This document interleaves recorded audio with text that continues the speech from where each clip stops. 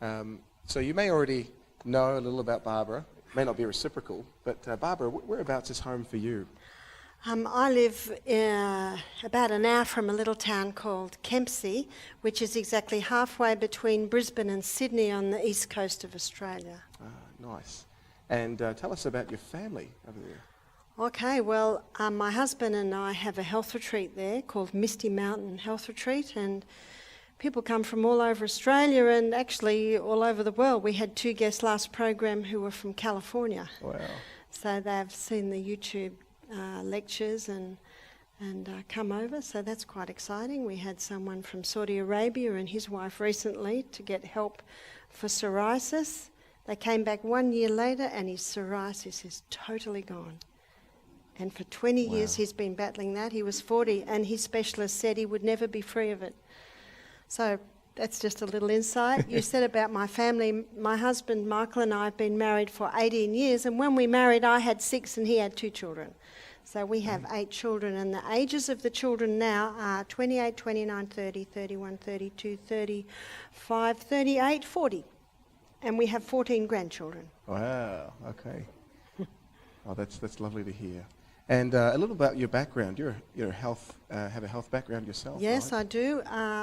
In my 20s, I trained as a psychiatric nurse at North Ryde Psychiatric Hospital, and then my partner and I went to the hills, and we were hippies. Do you have hippies in New Zealand? Yeah. We back to nature, and that's when I really got interested in health. I didn't want to give my children drugs, and that's when my journey began, I guess, is wanting to treat my children naturally. So little by little I learnt. It's difficult to say where my learning began, but I think my biggest learning curve was my children. Mm-hmm. And one of my children had severe asthma, so that was a big learning curve, that one. The good news is they're all still alive, and they survived the experiments, and they are treating their children the same way they were treated for any little illnesses, and there's a reason for that, and that is that it works. Nice one. Final question. When you're not running seminars or travelling, speaking, what do you like to do in your spare time, Barbara? I love gardening. And I love knitting, and I love sewing, and I love cooking. But I'm passionate about health, so I'm always reading. I've always got a few books in my bag.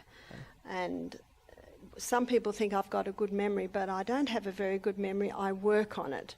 So when I do read and I find things that stand out, I underline, write them somewhere else. And I feel a great responsibility to help you become informed with the most recent information that's coming out. So if you've heard my lectures before, you will know there's no two ever the same.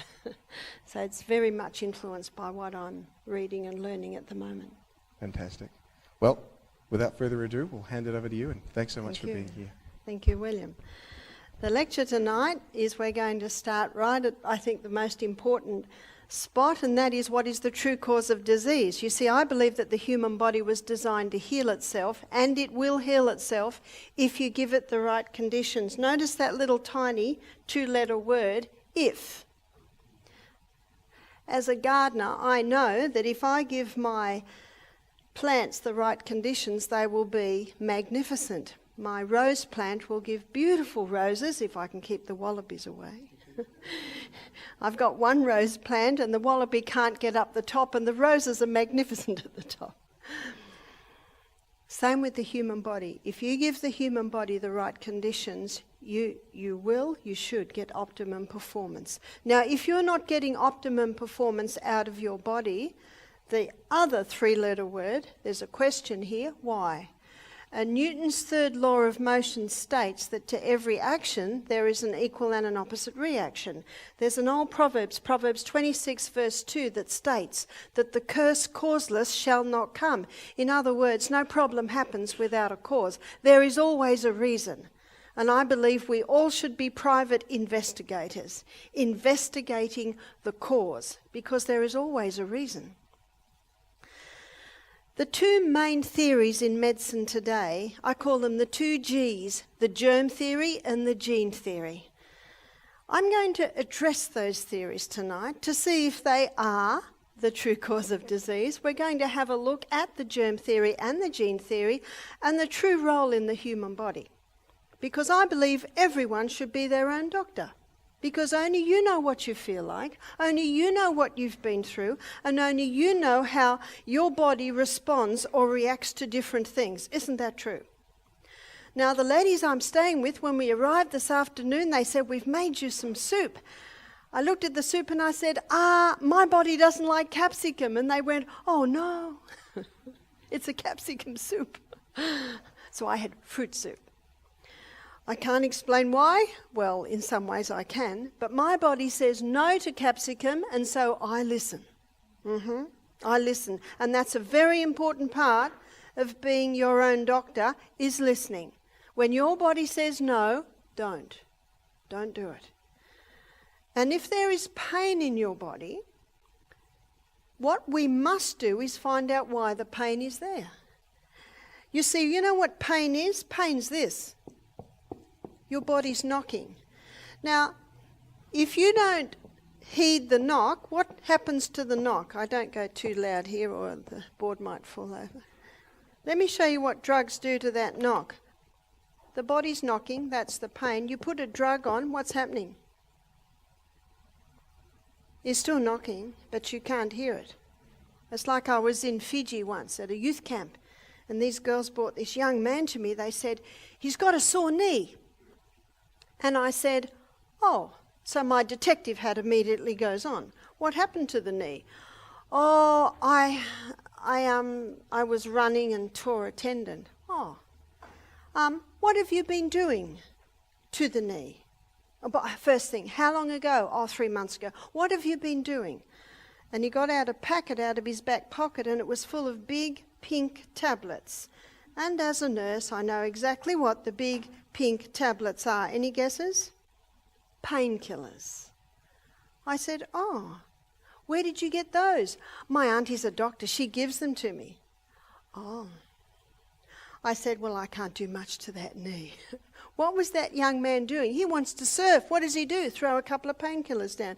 He wants to play soccer. What does he do? Throws a couple of painkillers down. And what's happening to the knock? I said, my suggestion is that you go to the hospital and get some crutches. Because you know what that knock's saying? Get off the knee. It's not rocket science, is it? You got to get off that knee. How do you know what to do with that knee? If it hurts, don't do it. And you probably find on crutches it's not hurting. And put it up. And start giving the body good nutrition. Maybe go to a physiotherapist. Maybe have an X-ray. Can you see my point? And I'm sorry that his aunt gave him that, because his aunt doesn't realise that every time the knee would usually say, "Don't," he can't hear it. And he's doing things he should never do. And what's happening to the tear is getting bigger and bigger and bigger. That's why what we've got to start doing is this. Here's a simple one. If I'm cold, I put a jacket on. If I'm getting hot, I take the jacket off. We're listening, yeah? And we certainly listen to that, because it just gets far too uncomfortable if we don't listen, doesn't it? And when we get far too uncomfortable, that's when the body's basically getting a sledgehammer saying, do something. I love teaching people how to be their own doctors, how to listen. So let's have a look, first of all, at the gene theory. 1953, headlines in the newspaper. Secret of life had been discovered. Watson and Crick's, two scientists, have been able to unravel the DNA. What's the DNA? It's the genetic code inside every cell. Now, I've drawn a big circle here, and it's our cell. Now, we've got 100 trillion cells in our body. That's pretty phenomenal, isn't it? There's an amazing psalm in the Bible. It's Psalm 139. And 139, verse 14, it says, I will praise you, for I am fearfully and wonderfully made. Marvellous are thy works, and that my soul knoweth right well. And I always think of that the further inside the human body I go. Now, we are just a bunch of cells, so to understand how the body works, to understand how the body heals, we need to go inside the cell. I call it the CBD, the Central Business District of the human body, is the inside workings of the cell. And we're going to go right into the nucleus where the DNA is. The DNA is the genetic code that determines your height. I was nearly going to say your size, but only your height, actually. What you eat can often determine your size. Determines the colour of your hair. Some people say, Barbara, you're in your early 60s and you've got no grey hair. Well, sometimes I put my glasses on in the mirror and I see a few. Do you know, my father is 90 this year and he's hardly got any grey hair. My mother died when she was 51. She had no grey hair. There's a bit of genetics there. My husband is white. He's a couple of years younger than me. His mother and father, before they died a few years ago, they were white. Can you see the genetics that's happening there? And if people see a photo of my husband, they say, oh, he's blonde. And I just smile. My husband tells me I'm not allowed to go grey. But it's all in the DNA. 23 chromosomes from our mother, 23 chromosomes from our father. And because I cannot change the colour of my eyes, I cannot change my height, I cannot change the shape of my legs, I cannot change the length of my toes, I cannot change that. And nothing I do will change that. Maybe if I perm it, it'll go curly, or if I straighten it'll go straight on the hair, but I cannot change that. And because I cannot change that, often disease is often said to be caused by genetics. But just as I cannot change my height, the colour of my eyes, the colour of my hair, unless of course I dye it,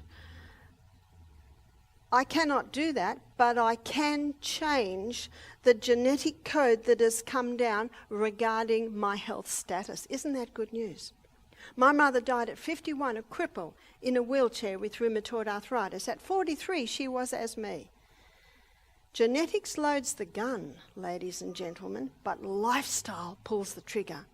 And as we go through these lectures, you will see that. So I have strong genes, strong genetic weakness towards rheumatoid arthritis. And every now and then, my body goes like this. And there is a knee that does that. And whenever my body starts to go like that, I do a little bit of adjustment in what I'm doing. I might take some turmeric capsules, which is very strong anti-inflammatory, and the knock goes away. As I stand here, and the last few months, there is absolutely no pain in that knee. But every now and then something might happen and my body goes like this and I'll make a few adjustments and then it'll settle down. Oh, it's so nice to know how to manage what's happening in our body. But can you imagine if I said, oh, it's in my genes, my mother had it, and on Saturday morning I'm going to go to the mind and show you what a powerful part that plays in the health status of our human body. But if I accepted that and said, well, it's just me, it's in my genes, chocolate cake, coffee, tea, all the acid-forming foods, what would happen to my arthritis? It would get bigger and bigger and bigger. Nice to know how to manage things. The man I mentioned from Saudi Arabia who conquered his eczema, his psoriasis, he's managing it. And if he goes off the rails and does everything wrong, what'll probably happen? It'll come back. Time to readjust and get it under control again. A lot of information in the DNA. If you were to put all this information into alphabetical language, it would fill 1,000 books with 1,000 pages and 3,000 letters on each page. That's quite phenomenal.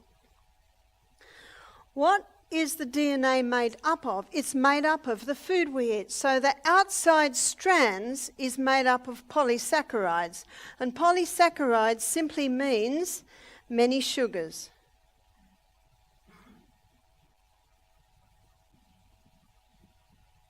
So everything we eat is made up of many sugars. That's the outside strands.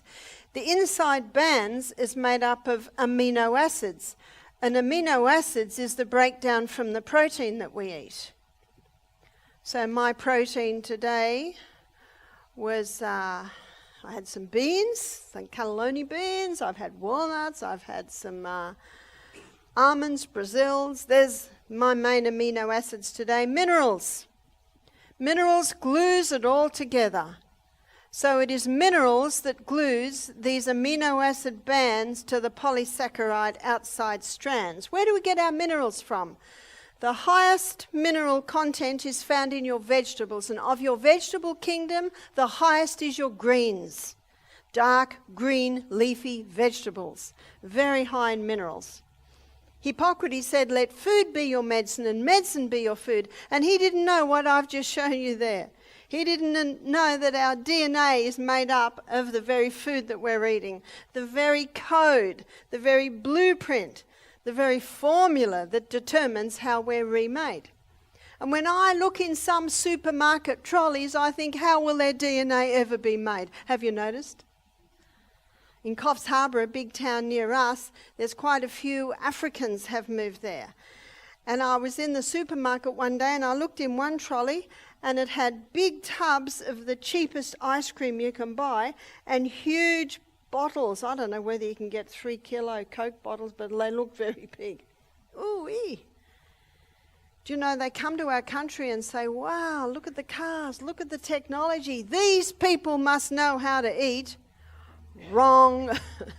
Do you know what else we've got that's very big? Hospitals.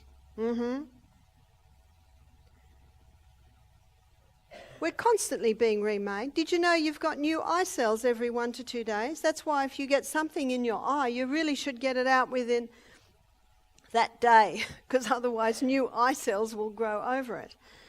And it also explains why if people have eye surgery, it's usually day surgery. They're usually home in a day or a couple of days. The eyes heal very quickly. The next quickest are the cells that line our gastrointestinal tract. Now, the gastrointestinal tract's a very interesting part of the body because it's not part of the body. What do I mean by that? It's a hollow tube and it's about 8 meters long, and we know where the opening hole is, it's our mouth, and we know where the other one is.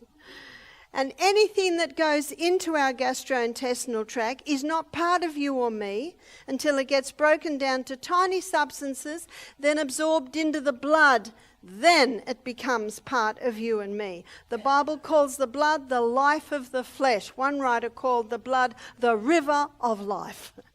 In fact, no blood into any area in your body, no life. So that's the gastrointestinal tract. And the cells that line it are made every 3 to 5 days. Let's have a look. The lining of our gastrointestinal tract looks like this. And way down here, one writer called that the nursery. So the new cell is made there. It travels up and then away it goes every 3 to 5 days. We've got a new skin every month. Where does the old skin go? Isn't that why we wash our clothes and wash our bodies and wash our sheets and vacuum our floors? And in fact, that's part of the dust that every housewife knows accumulates. We've got a new liver every 6 weeks. That's under your right rib, very important part of our body. New bones about every 3 months. So we're constantly being remade. I think it takes about 2 years and we've got a totally new body. Isn't that good news? And if you give it the right conditions, your body can get better and stronger and fitter, no matter the age. Did everyone hear that? What I'm going to show you is I'm going to show you how the new cell is made. And we're going to look at how a new gastrointestinal tract cell is made. All the information is in the DNA. In fact, inside every cell of the body, all the information is in every DNA on how to make a whole new body. But we don't want the information in the gastrointestinal tract on how to make a new eye cell or liver cell or bone cell. And so all that information is switched off, and all the information we need is switched on. And a photocopy is made of it. It's called RNA. RNA is a photocopy of all the information. You see, DNA cannot move. It's stuck in there. And so RNA is the photocopy, and it comes down to another section of the cell called ribosome. And ribosome is the little factory where the new cell is made. So RNA comes in, it's got all the information, and in that little factory, the new cell starts to be made. The first brick is laid down. What's the first brick? It's an amino acid. Maybe it's tyrosine. Then the next brick is laid down. What's this brick? This one is maybe phenylalanine. Then the next brick comes down, and that may be methionine. Can you see what's happening here? Every amino acid is like a building block, and it fits into the next one. And the minerals glue them together. And every 3 to 5 days, out pops a new gastrointestinal tract cell. It is the blood that brings the nutrients to the CBD to supply all the nutrients that's needed. And as the old cell breaks down, it is the blood that takes it away. It's an amazing process. Every home should have an anatomy and physiology textbook, amazing book, learning about how your body runs. So what about an irritable bowel syndrome cell? By the way, question. If someone has irritable bowel syndrome cell and their new cells are made every 3 to 5 days, then they should be healed in, let's be generous and say, 2 weeks. Is that a reasonable statement? I think it's a very reasonable statement. So let's have a look at why they don't heal. Well, let's look first of all at how the new cell is made. And so the information is photocopied, RNA. RNA, the photocopy of all the information, comes down to ribosome, where the new cell is being made, the little factory, the little workshop.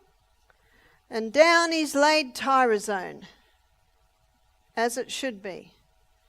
But as the new cell is being put together, a few problems arise.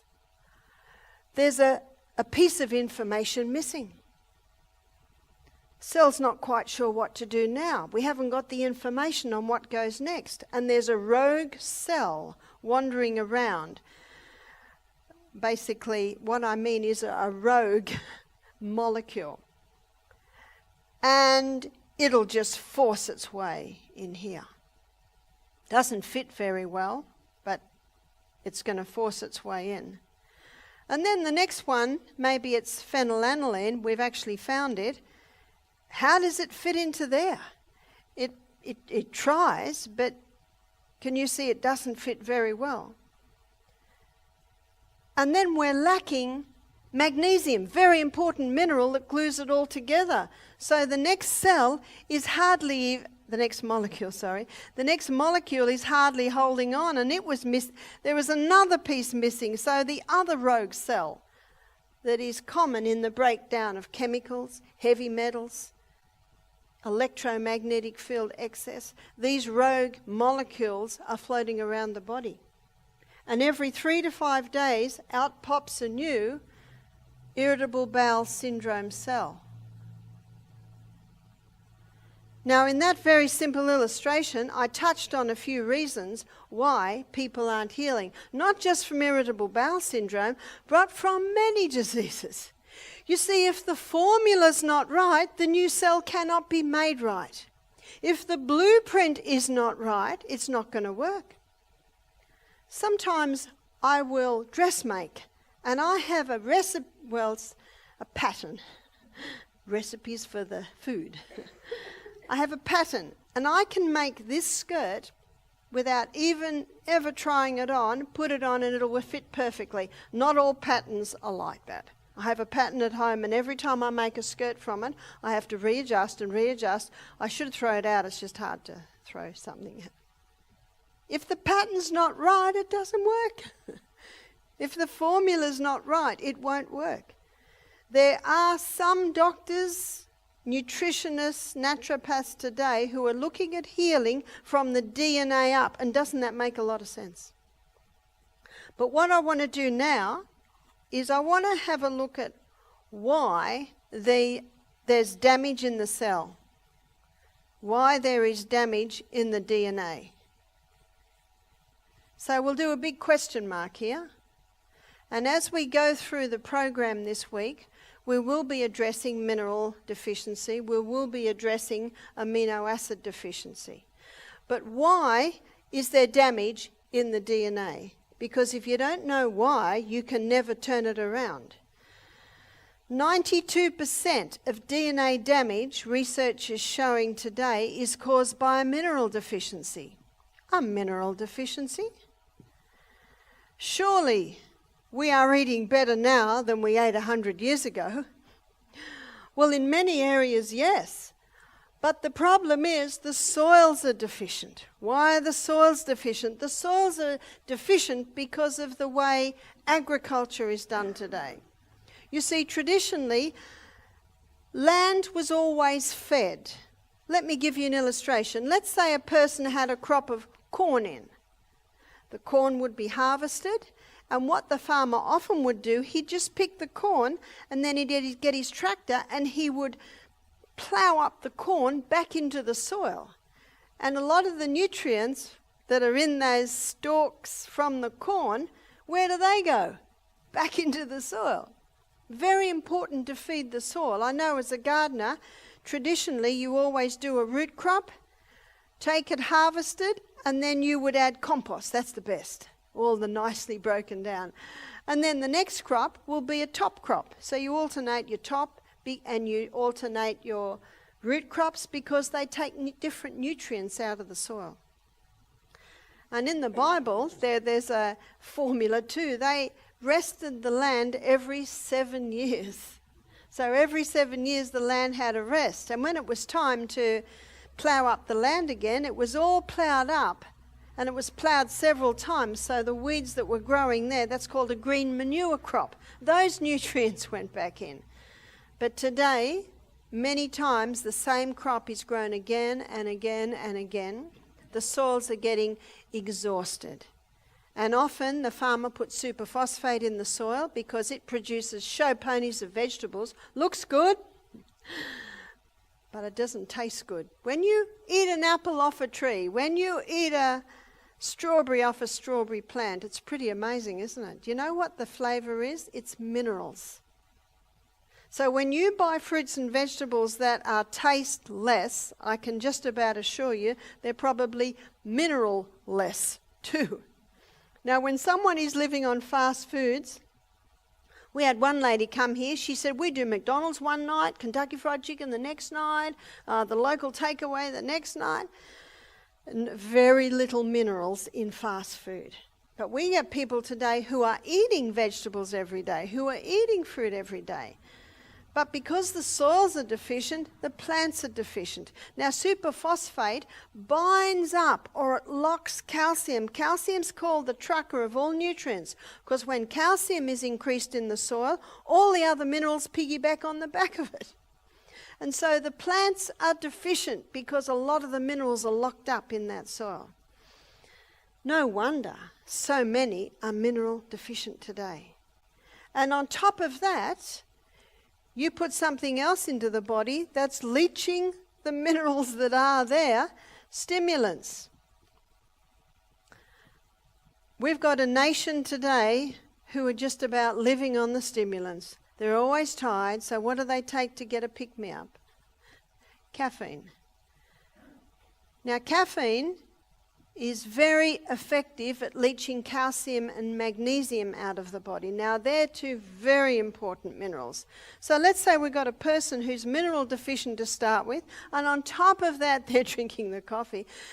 No wonder so many people are mineral deficient, and that of course is causing damage in the DNA. Sugar.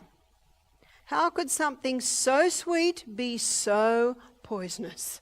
We have 3 books in our library at home, or in our health centre I should say. One's called Sweet Poison by David Gillespie. I think many people have heard of that or maybe read it. Another one's called Pure, White and Deadly by Dr. Yutkin from England. in one of his chapters, he claims it should be banned. It is so toxic. And the other book is called Sugar Blues, because you know what sugar does? It causes a high, then it causes a low. There's the blues down there. And because of this high, low that the sugar causes, pancreases are wearing out, the arteries are breaking down, 300 diabetics, actually I think it's up to 400 now, 400 diabetics diagnosed daily in Australia. That's daily, and I'm pretty sure New Zealand won't be much different. Because I look at your shops, I look in your supermarkets, and yeah, New Zealanders are eating much what Aussies are eating. Many people are sick through ignorance. Many people do not realise what these foods are doing to them. Another is tobacco. 4,000 chemicals in one cigarette. Whew. We had a lady just last week. She was coming off 30 cigarettes. No, she was coming off a packet of cigarettes a day for 30 years. And it was the first time she'd stopped. At the end of the week, she said, I can't believe I'm not suffering more. Why aren't I suffering more? I said, well, you've done a couple of days on juices. You're having the steam sauna every afternoon, diving into the mountain stream, back into the steam bath. You're sweating out a lot of the poisons. And when you sweat out those poisons, they're not in your body for your body to have to withdraw from as much. She was excited. She said, I just watched my mother die from lung cancer, and I made her a promise on her deathbed that I would stop smoking. I said to her, how do you think you'll go? She said, well, I'm going to give it my best shot. I said, great. That's good. It's nasty stuff. Many die from not only the lung diseases, but many associated diseases that can be linked with tobacco. Alcohol's a neurotoxin. It's a brain poison. There is no safe dose of this. Now, that statement I just said, there is no safe dose of alcohol, the health department in Australia have issued that warning. No safe dose of it. It's a neurotoxin. It should never enter the human body. But what we're looking at now is causing DNA damage. Children are being born today with holes in the honeycomb shape around the lungs from smoking parents. Children can develop emphysema when they're getting into even their 30s, never having smoked just because of the weakened lungs from their parents. We're getting children born today with fetal alcohol syndrome. This just isn't parents drinking, or the mother, drinking alcohol in pregnancy, though that is dangerous. This is the DNA that both parents have given their children. What's also causing damage in the DNA is chemicals. It is estimated that we are introduced to 30,000 every year. You have no say over your neighbour's house, but you have total say over your little castle. Tomorrow morning, have a good look in your laundry cupboard. Many people are poisoning themselves with what they are doing their cleaning with. We had a lady last program. She was 45, and one of the guests said to her, are you coming off cigarettes? Because she had a terrible cough. She's never smoked in her life. She's a cleaner. So she's breathing in the chemical fumes the whole time. So part of the program I set up for her when she left us was no more chemicals. She said, what if I wear a mask? I said, the sound of that chest, I don't like to predict what it'll be like in a few more years if you don't do something. You know, if you don't turn the tap off, you're still going to be mopping up in the other corner. If you don't find the cause, you will never have a cure. There are some things that must stop if you're looking for optimum performance. Be careful on what you're cleaning your teeth with, washing your hair with, washing your clothes with, even the fibres on your clothes. Be careful of that, because your skin has millions of little holes in it, and whatever touches it, it absorbs. So be careful of those chemicals. There's a little book, I'm sure you're familiar with it, called Chemical Maze. And that little book will show you what all those numbers mean on the foods you eat. Electromagnetic field excess. As we were driving, we're staying, I think, up in the Bombay Hills, and as we're driving to this meeting, I saw these big electrical towers, and the wires are right on top of houses. Do you know, it never used to be allowed to do that. But we had a lady, she sent me her book that she's written. And her book is a story of her journey. She and her husband bought a house. There's the house. Sorry, that's the house yard. Here's the house here. And huge, big electrical towers. Sorry, I'm not a great drawer. That's an electrical tower. Right out, just at the back fence. Now, they put in a swimming pool. And chlorine will intensify that electromagnetic field. Plus, at the same time, she's landscaping, beautiful landscaping all around the pool, and a lot of the mulch she used was a bit moulding. Can you see what's happening here? We've got this. In fact, there's about 500 times the electromagnetic field underneath those towers more than is usually coming off the planet, because we are electrical people, and one of the biggest electromagnetic fields is coming from the sun, but it's not a problem unless we're out there too much.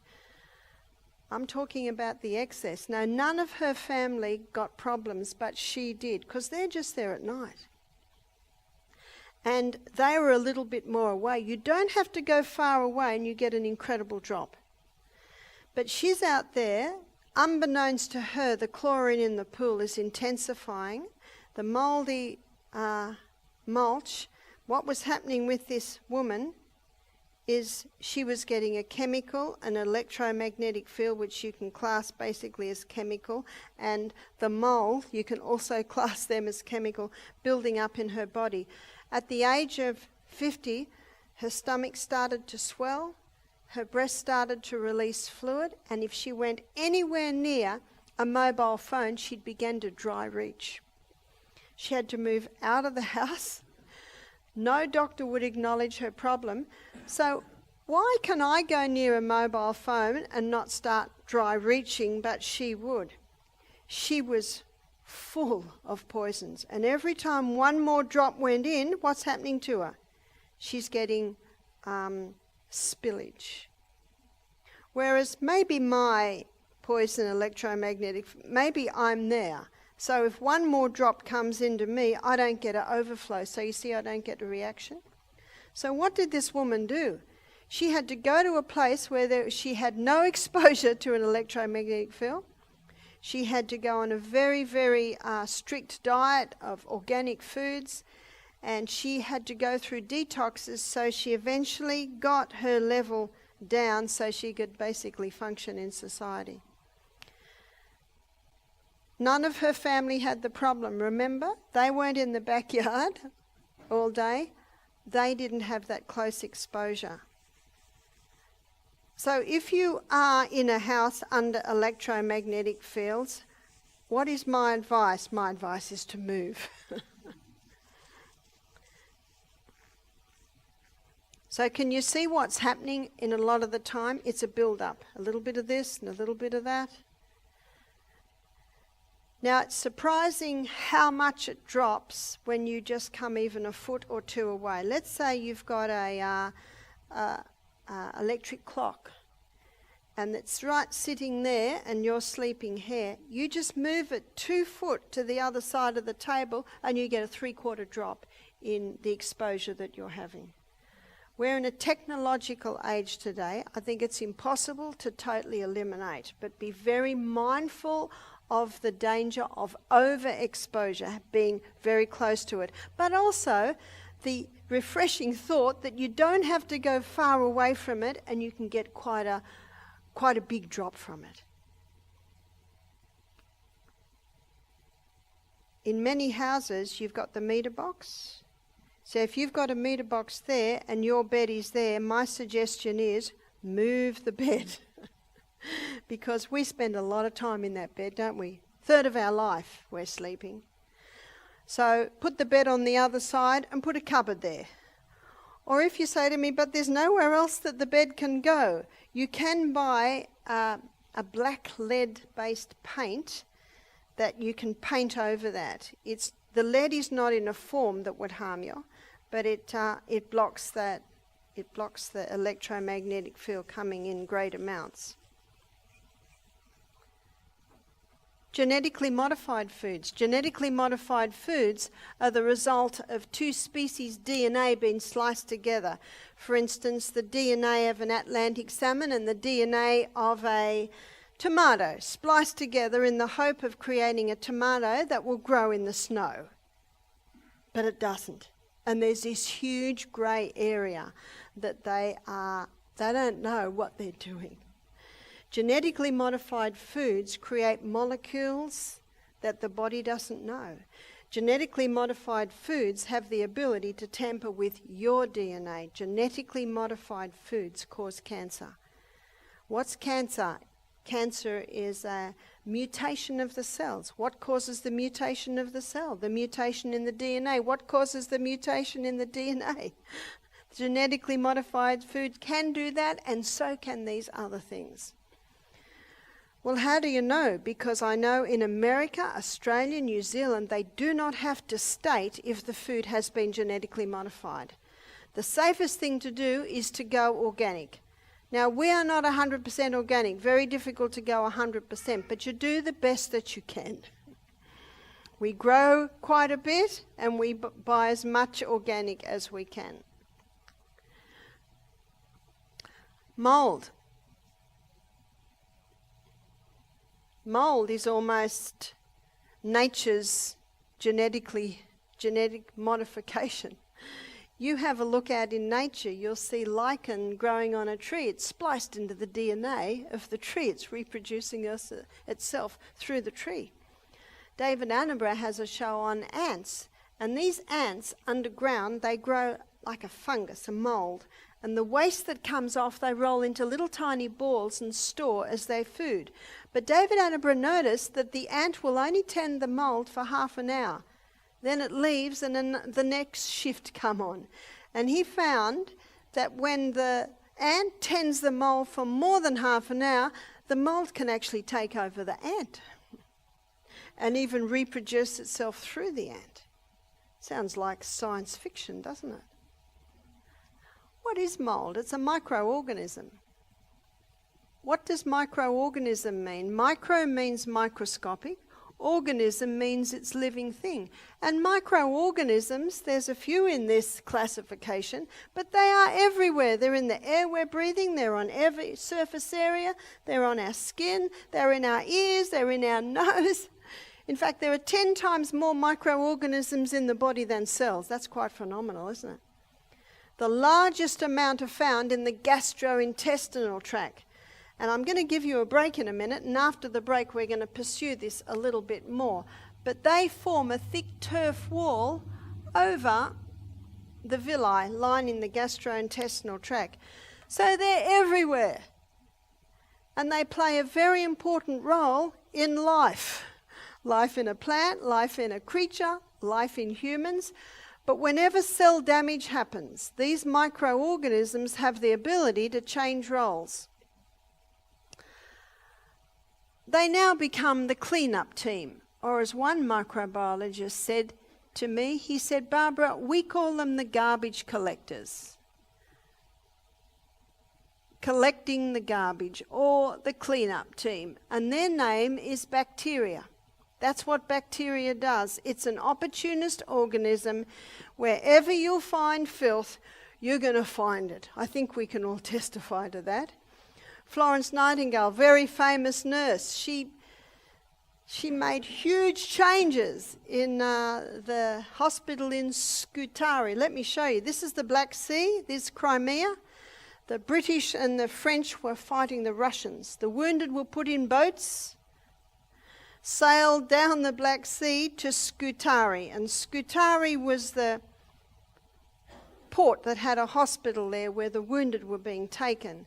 Florence Nightingale went to this hospital and found that the death rate was 50%. The conditions in there were appalling. There was raw sewage in the corridors. The doctors didn't wash their hands between operations. And the doctors said to Florence and her nurses, "You're not coming in here, this is men's business." But she sent a telegram to her father, who is a wealthy Englishman, and said, "Father, I want a shipload of clean mattresses, clean linen, clean bedclothes, clean bandages, and a cook." Because the food, you couldn't even call it food. Well, 2 weeks later, another shipload of wounded sailed in, and the hospital was already overflowing, so the doctors said to Florence, "All right, you can come in." And the first thing Florence did was she started to scrub. She scrubbed and she cleaned and she scrubbed and she cleaned. And finally, the boat came from England with the supplies.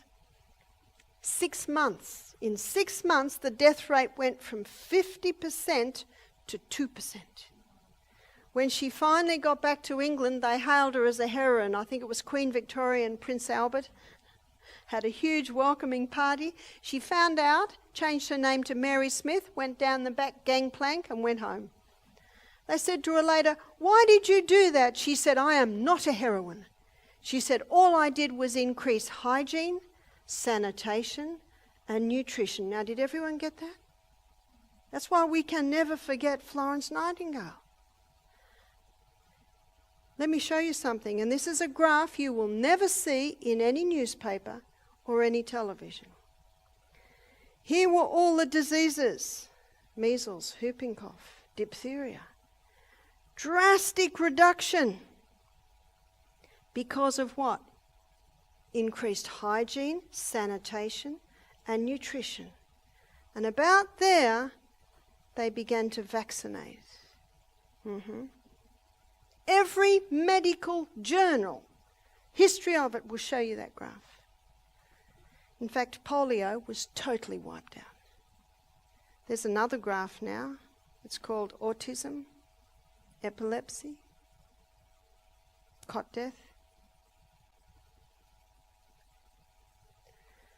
It was Florence Nightingale and her increase in hygiene, sanitation, and nutrition that changed the world of nursing.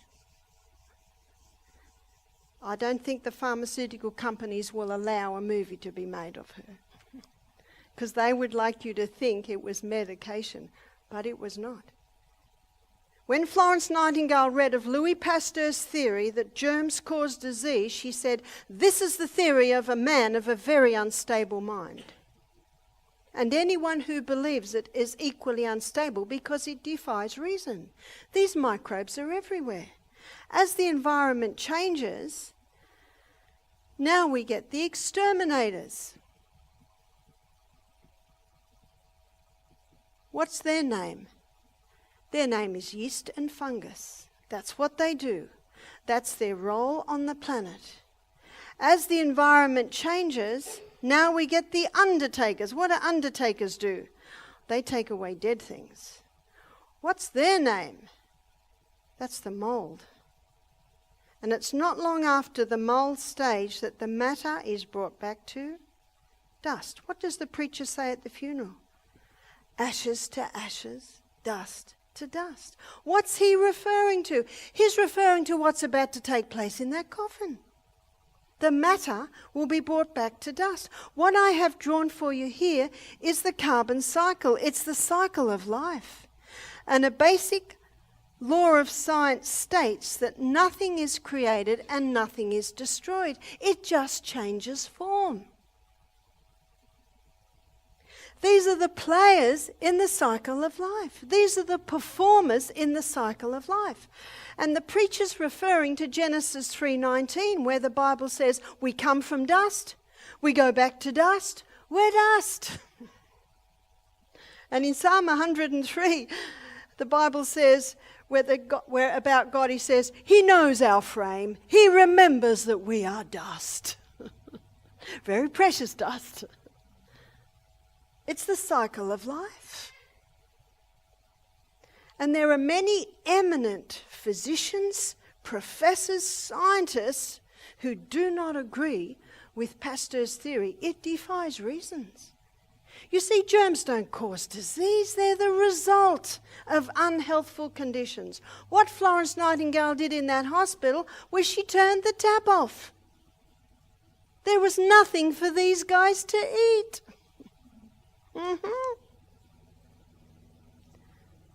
What research is showing today, that the fumes from these things being active are very toxic.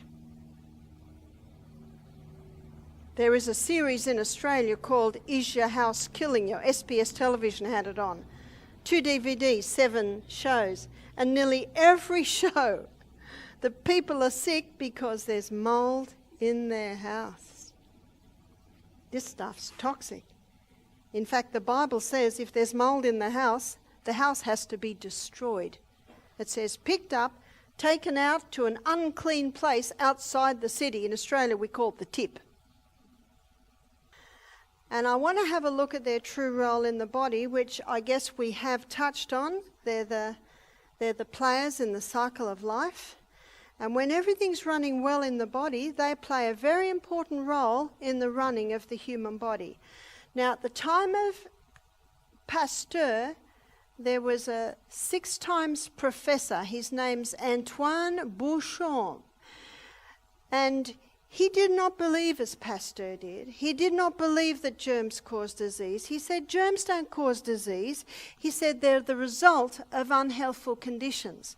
And what he did one day, he got a dead cat. He wrapped it in an airtight container, and 4 months later he came back. When he opened the container, he saw dust. We're not surprised. Maybe a few bones. What brought cat back to dust? Now, in Australia, if cat dies in the bush, well, the crows will have a nibble and the dingoes will have a nibble, and there are vultures that come in and have a nibble, and the worms will come up and the dung beetles will come up. This was in an airtight container. So what brought cat back to dust? It was the microorganisms that were an integral part of living, running cat, and death is the organisms is the ultimate self-damage. Basically, the microbes now took off their suit of clothes and put on their rubber gloves and aprons and became the garbage collectors. As the environment changes, the exterminators. As the environment changes, now the undertakers, until eventually cat is now dust. With great excitement, Antoine Beauchamp put the dust underneath the microscope. It was alive with microorganisms. Remember that law of science? Nothing is created and nothing's destroyed. They'd performed their role of bringing matter back to dust, and now they're in the dust waiting for their next job. You think about it, if it wasn't for these microorganisms, there'd be so much rubbish on the planet, we wouldn't be able to walk on the planet. But they give off some pretty bad fumes, don't they? We can smell it. And what does that bad smell do to us? Remember, we're the doctor. It says, keep away. Keep away. It's like I was staying at a house when I was giving meetings in Queensland. And I looked at the little granny flat I was staying with, big open windows, tile floor, nice bed, open window. I thought, good, I'll have a good sleep there. After the lecture, I went home, laid down. My breath was getting caught. I thought, what is it? And I thought, you know what it's like, just go back to sleep, but I couldn't. So I got up, I took the pillowcase off the pillow, and the pillow was dark yellow and stained. Because where's your face on the pillow? Do you notice when you buy a pillow today, it's got a date on it? You know, some people are sick because of their pillows. That's why we should regularly wash and air our pillows, and every pillow should have a pillow protector on it. And maybe you can even make it last past its use-by date if you do things like that. That's why the detective hat has to be gone, put on the head. Why are these things so? So with the pillows, I put them up the top of a cupboard, found the little cushion from the lounge, wrapped it in my scarf, put my head down and I went straight to sleep. That's why you've got to listen to that body. So what about these microbes in the dust? Do you know they're waiting for another job?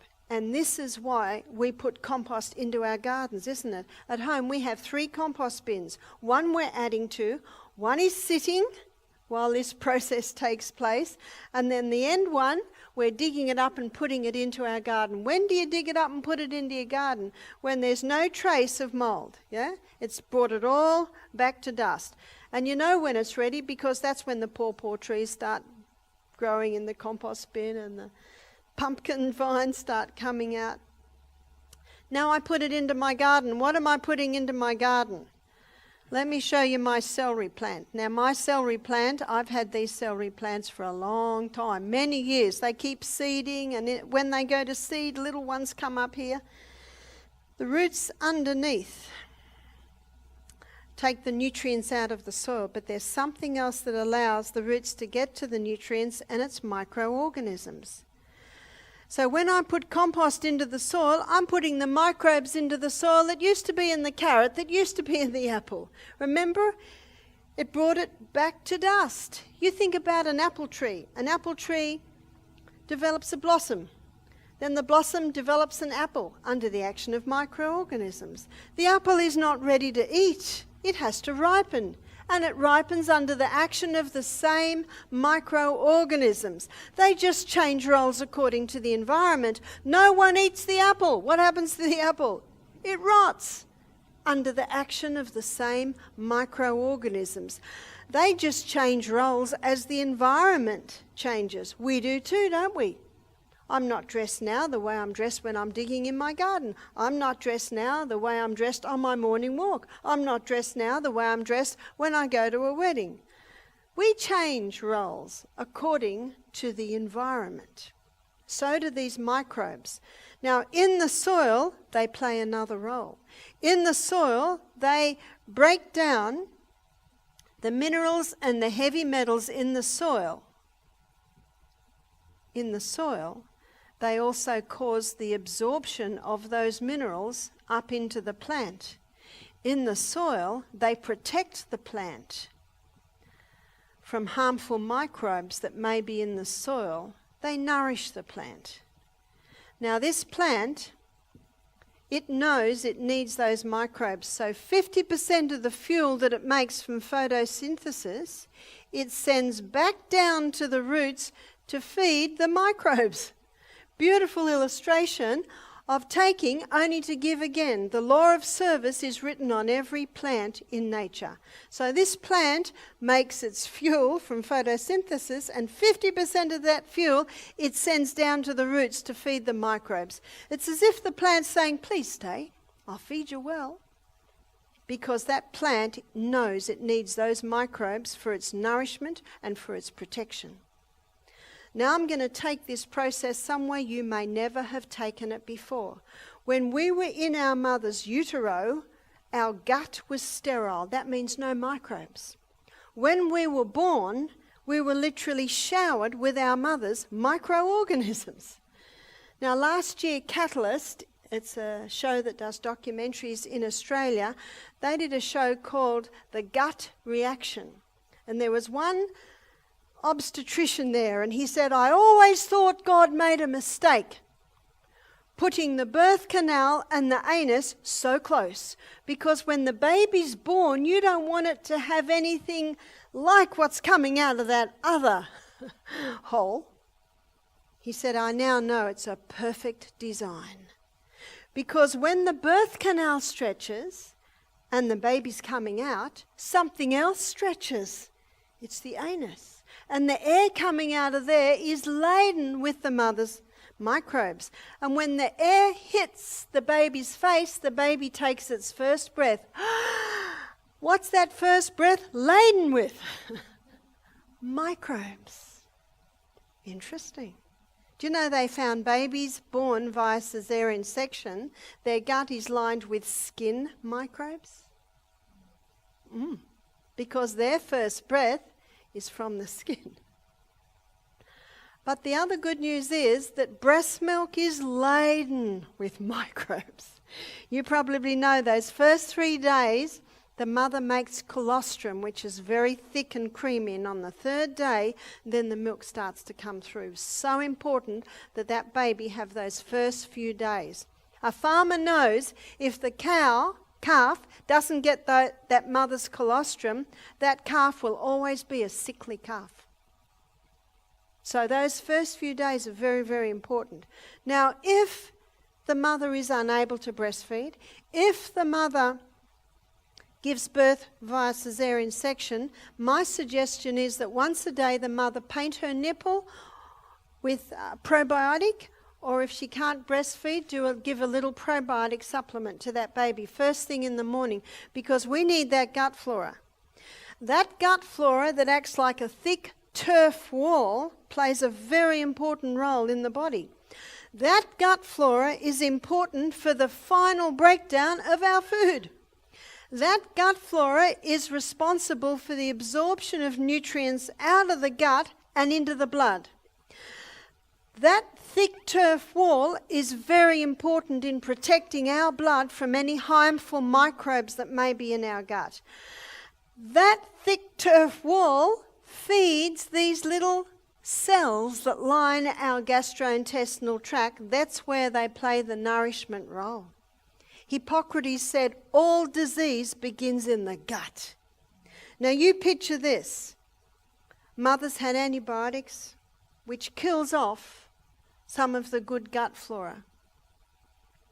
Baby's born, now baby has a compromised gut flora. What else compromises gut flora is cortisone, statin drugs, antibiotics, even ibuprofen, Nurofen, pain-killing drugs. They all eat away at the gut flora. Baby's now born with a compromised gut flora. Baby's given altered cow's milk, warmed up in a microwave in a plastic bottle, more chemicals coming in.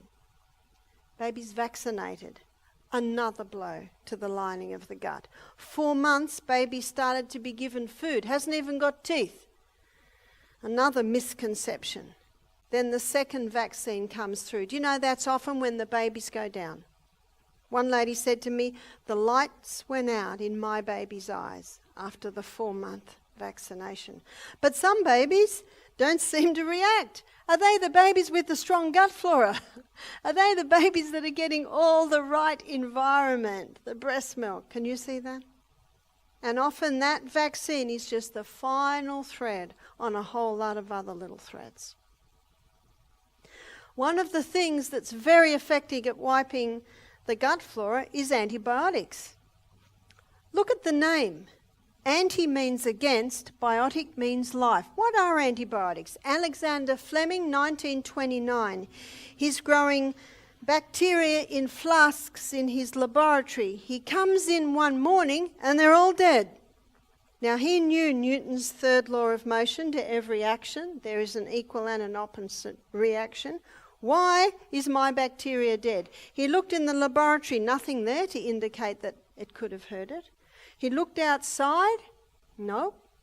He looked as the sun came in and he saw a dust coming in his window, and he looked for the source. In the next story there was an open window and there was a plate of fruit and there was a mouldy orange. Do you remember it from school days?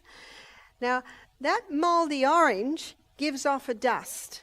And in that dust is its spore, but in that dust is a highly toxic gas designed to kill off anything that would compete with the mole's food source. It's almost as if the mole says, this is my orange, no one else is going to get it. I'm going to give off a toxic gas to kill anything that might try and get my orange. What might that be? Other bacteria, yeast, fungus. So that dust came in the window, settled on Alexander Fleming's bacteria and killed it. Alexander Fleming called the mould penicillium. And he called the mould waste, which is more toxic than the mould, penicillic acid. Now that penicillic acid is the penicillin we know today. Penicillin has saved the lives of millions, granted. But we've got a problem today. It's the overuse of the antibiotic and the inability of the physician to inquire, why are these things getting out of control in the body? The human body can cope with about 2 courses in a lifetime. Got that? 2 courses in a lifetime. One lady said to me, my daughter had 26 courses in the first year of life. Oh, that hurt to hear that. I wonder if that little one's gut will ever recover. There's a big push in medicine today to reduce antibiotic consumption. Have you noticed? I raised 8 children without antibiotics and they're all still alive. And some of them had colds, some of them had bronchitis. What would I do? I'd wrap garlic on their feet and put charcoal poultices on their chest and let it take its course. And they all recovered. I'm not against antibiotics, but they should only be kept for life-saving. And you know what's happening today? When a person's life is threatened, the antibiotics are not working because they've become immune to them, because they've had so many. Many are sick through ignorance. We've had many people come to our health retreat with sinus problems. And one lady said, well, every time I start blowing out green, I go to the doctor and he gives me antibiotics. Do you know what that is? Do you know what that green is? It's a knock. What do the antibiotics do? Silence it. So if they come to Misty Mountain Health Retreat, I discover, wow, these people have got a gluten and a dairy intolerance, causing all that mucus. And then that mucus sits there for a while. What comes along and starts eating it? The yeast and the fungus. We had an ear, nose and throat specialist do our program. She's a specialist nurse. So she assists in ear, nose and throat surgery. She said, you would not believe the green slime we pull out of sinuses. And she said, and every specialist acknowledges that it's fungus. So what you've got to do to clean up sinuses, stop what's causing it. We get our guests to start sniffing golden seal powder, cleans it all out. Start giving the body the right conditions and it will heal. It's like one lady, she came to us a few years ago. She was overweight. She had sinus problems. She was on daily headache medication from the pain from her sinuses. I discovered she had a dairy and a wheat intolerance. Gave her the golden seal to sniff out. She came back 2 years later. She came in and I said, welcome to our health retreat. She said, don't you remember me? I said, I'm trying. She said, I've lost 20 kilos. She was about 38. She looked like a totally different person. The swelling in her face had gone down. She said, I just want to tell you that I have no sinus problem anymore. None. I never take a headache tablet anymore. She said, my mother was so worried about me because I've lost all this weight. She insisted I go to the doctor. The doctor said, that's the best blood slide I've ever seen. Everything was working well. Is it that simple? What about irritable bowel syndrome? Well, on these little areas here where there's no gut flora, there are 3 foods that are like kerosene to a fire when someone has an irritated colon. One is refined sugar, the other is dairy, and the other is wheat. Later in the week we're going to be looking at the hybridized wheat. One lady said, but God made wheat good. I said, he did. But the wheat today is not the wheat that God made. In the 50s it was hybridized. And there is a herb. There are actually 2 herbs that are a little bit slimy and they coat, soothe and heal the lining of the gut. One is aloe vera and the other one is slippery elm. Slippery elm is the powdered bark of the slippery elm tree. And I've seen people heal very quickly from that. We had a guy from Kenya do our program. He was 40. He had ulcerative colitis. That means the lining of his gut now was ulcerated. He just had a flare-up. He was on cortisone. He was on anti-inflammatories. And his favourite food was bread. He didn't have it in Kenya. And when he came to Australia, he'd been living in Australia 2 years. He sort of lived between Kenya and Australia. And when he came to Australia, what do you think he started eating? Lots of bread. Whereas in Kenya, they eat ugali, which is cornmeal. So, of course, we didn't serve him any bread. He was going to the toilet 10 times a day, and he was passing blood. So I put him on slippery elm 4 times a day. First 2 days of juices, I thought, we'll see how he goes. So on Monday, about 12 o'clock, I said, how are you going? And he's very shy and very quiet. He'd say, good. I said, how many times are you going? 4. That's amazing, on juices. Second day, how are you going? Good. How many times are you going? 4. Wow. And then Wednesday started eating. How are you going? Good. How many times? 3. Which you would understand with food. I said to him, do you know, I believe that you can stop your medication. He'd already started to reduce it. Remember, he'd go on it for the flare-up and he'd reduced it. So Thursday, he'd actually stopped the medication now for about, 16 hours. How are you going? Good. How many times? 3. Amazing. Off his medication, no pain, no more bleeding. Now, if it was you or I, we'd probably be screaming, but he's so shy. He just smiled. Every time we looked at him, he was smiling. Wow, and he'd suffered this for many years. That's quite incredible, isn't it?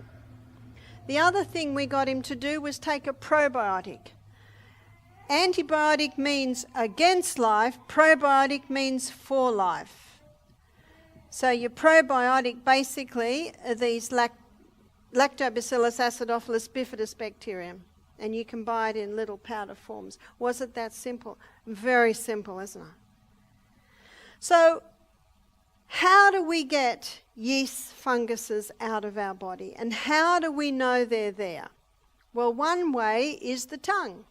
The tongue should be pink, and if there's white at the back of the tongue which can't be scraped off, they're little fungus buds.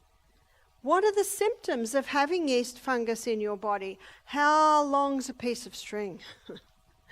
Do you know, to date they have tested 1.5 million different yeasts and fungus, and 1,000 of those are known to cause disease in mankind. It's the mould waste that is the most toxic, and different mould waste affects different body parts.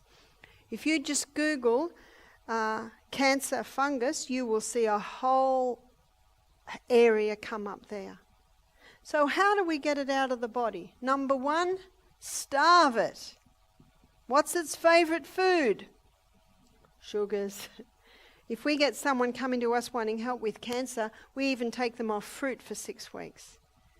Because this is such an important subject, and I believe so important, and it's almost pivotal, knowing and managing our health to know the roles that these microbes play, I have written a book on the subject. It's called Self-Heal by Design. And I think Amelia, here's Amelia, front row. Amelia's my right hand, I nearly said man, lady. And she has, I think she has some on a table out there. And the book goes into detail on how you can do this. And what I have done is I've put in more detail what I've presented today, but I have quoted many books. I'm acting as a journalist. There are many that have done the research, and I certainly quote them. So basically, you've got to stop anything that will feed it. Remember, they're just opportunist organisms. So the more they're fed, the more they'll hang around. Also, one must check the house. I'm sure there's a lot of mould activity in my compost bin, but it's nowhere near my house. There must not be any mould in the house. If there is, you've got to find out why. Never put bleach on mould. You put bleach on mould, you will create one of the most toxic mixtures on the planet and has killed people. So how do we get rid of it? White vinegar. If there's any mould in your house, you put a mask on, put white vinegar in a spray bottle, spray it, and leave the room immediately. Come back 15 minutes later and you can wipe it up. If you spray and wipe, the dust comes off, it'll go through your pores of your skin, you can inhale it. This is toxic stuff, you've got to keep away from it. And then when you've wiped it all up, then you get a damp cloth and put something like clove essential oil and wipe that over. And then go to the phone and ring the plumber or the builder or the man that can clean all the leaves out of your gutter. You just got to find out why it is there. It should not be there. The house should be clean, dry, airy, let the sun in, keep the fans on. Right at this moment, our health retreat has closed down while I am lecturing here, and every room is shut, every window is shut, and the fans are on full bore. Is that an Aussie saying? Full on.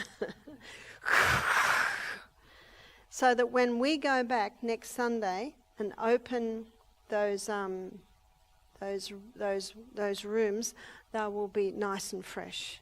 So there's no way any yeast or mould can grow in them, because we live in a rainforest and we don't keep those if we're in those rooms, the windows are wide open, but when no one's there, so when you go away, you've got to shut everything up and have the fans on. Fans do not take up much electricity. Number 2, you got to kill this fungus. I think we've got to get away from the kill mentality, but there are herbs that will kill fungus and won't kill you. One is garlic, another is olive leaf extract. Portiaco is a South American herb. In my book, I list all of the different essential oils and herbs that can kill fungus. Number 3, we've got to bring back the balance. Flood the gastrointestinal tract with the good guys, which is a probiotic. And number 4 is alkalize. The most alkaline foods you can take into your body are the vegetables. And of the vegetable kingdom, the most alkaline is greens. So green barley, spirulina. I met a man in America who had cured his cancer by just taking green barley 4 times a day. You see, cancer loves an acid environment. Mold loves an acid environment. And you've got to get the sunshine into your house, get the sunshine into your body, on your body. And number 5 is Ormus. You put this into the web, you'll get a whole spiel on it. It's orbitally rearranged monoatomic elements. So it's a mineral supplement, and they're minerals in a monoatomic form. And this monoatomic form, research in America is showing it can heal DNA damage. So here we are, healing the DNA damage. In my book, I have a chapter on genetics, and the last page of that chapter, I explain the Ormus. But basically, it's a mineral supplement. It's been dropped out of seawater, and it's minerals in a monoatomic form, healing the DNA damage. The human body will heal itself if you give it the right conditions. And these are the conditions that the body needs to be able to get rid of any build-up yeast or fungus that may be in the body. We've had some very remarkable turnarounds from cancer at our health retreat. We had one man come, I think it was 2 years ago now. He was Lebanese. He and his family own a huge strawberry farm in Melbourne, right down the bottom of Australia. He did not really want to come to our health retreat, but his wife and his daughter were very keen. His daughter was about 30.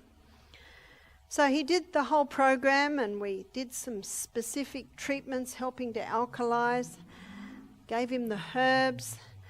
He heard all the lectures and he sort of half listened. And then he went home and he rang me up 4 months later, very excited. He had prostate cancer. He said, "I've just been to the doctor and tested and I'm clear." Now he's interested.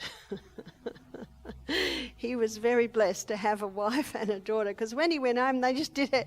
They made the food. I know what my husband's like. He's so busy all day that whatever I give him, he'll eat. Maybe not too much garlic. So that's why it's good to win over the cook in the home. And I do know some men cook, but my husband's not interested at all in cooking. But I don't mind, because I love cooking. When you give the body the right conditions, healing takes place. That's the good news. I believe God meant it to be simple, and I'm so glad it is simple. Now, before we close, I do have time just for a couple of questions. Does anyone have a question? The other thing too I will say about questions is where from tomorrow on we're going to have a question box. And so if you do have a question... Oh, what a fantastic team that is here. They've already got it.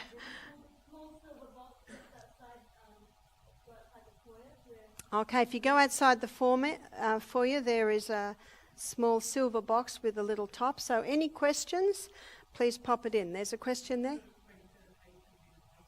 What's the difference between sanitation and hygiene? I guess they're very similar, but hygiene probably is more in the food department. And Florence Nightingale, she said that in that hospital, the men were getting, the food was big saucepans of water with bits of rotten meat in it. So we needed a bit of hygiene in the kitchen, hygiene like everything was clean. And I guess sanitation is more applying to in the house, the bathrooms, the area. Does that make sense? Yes. There was another question, yes? Yeah, stevia is a natural sweetener. We used to have a plant stevia, and after a meal, my grandchildren would say, Nana, can we have a sweet leaf? I don't know if you've ever tasted a stevia leaf. It's incredibly sweet. And you can buy it as a powder, and it is something like 20 times stronger than sugar. You only need the tiniest little bit. So the question is, stevia is an excellent sweetener. Some people say, I don't like stevia, it's bitter. That's because they've used too much. It's unbelievable how little that you need. So it is an excellent option, yes. I've got time for just one more question. Yes?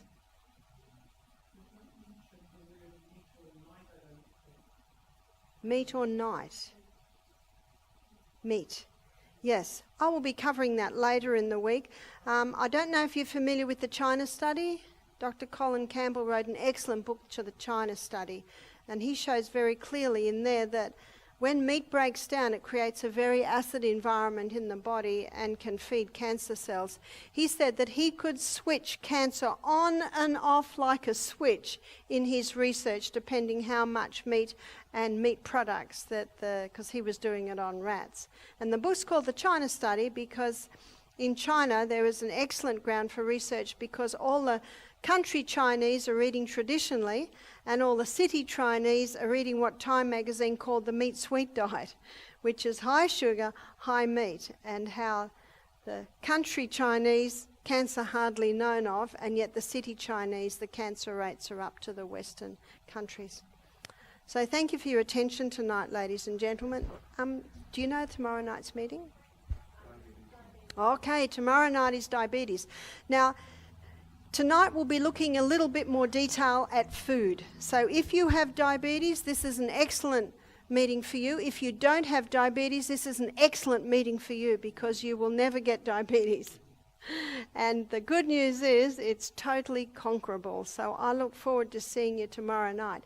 Now, before we close, please bow your heads and I'll say a prayer in closing. Thank you, Father in heaven, for such fantastic information about this amazing body that we live in. I pray that every head bowed will be inspired to look at their body a little differently and make steps to treat it well. This is my prayer in Jesus' name. Amen.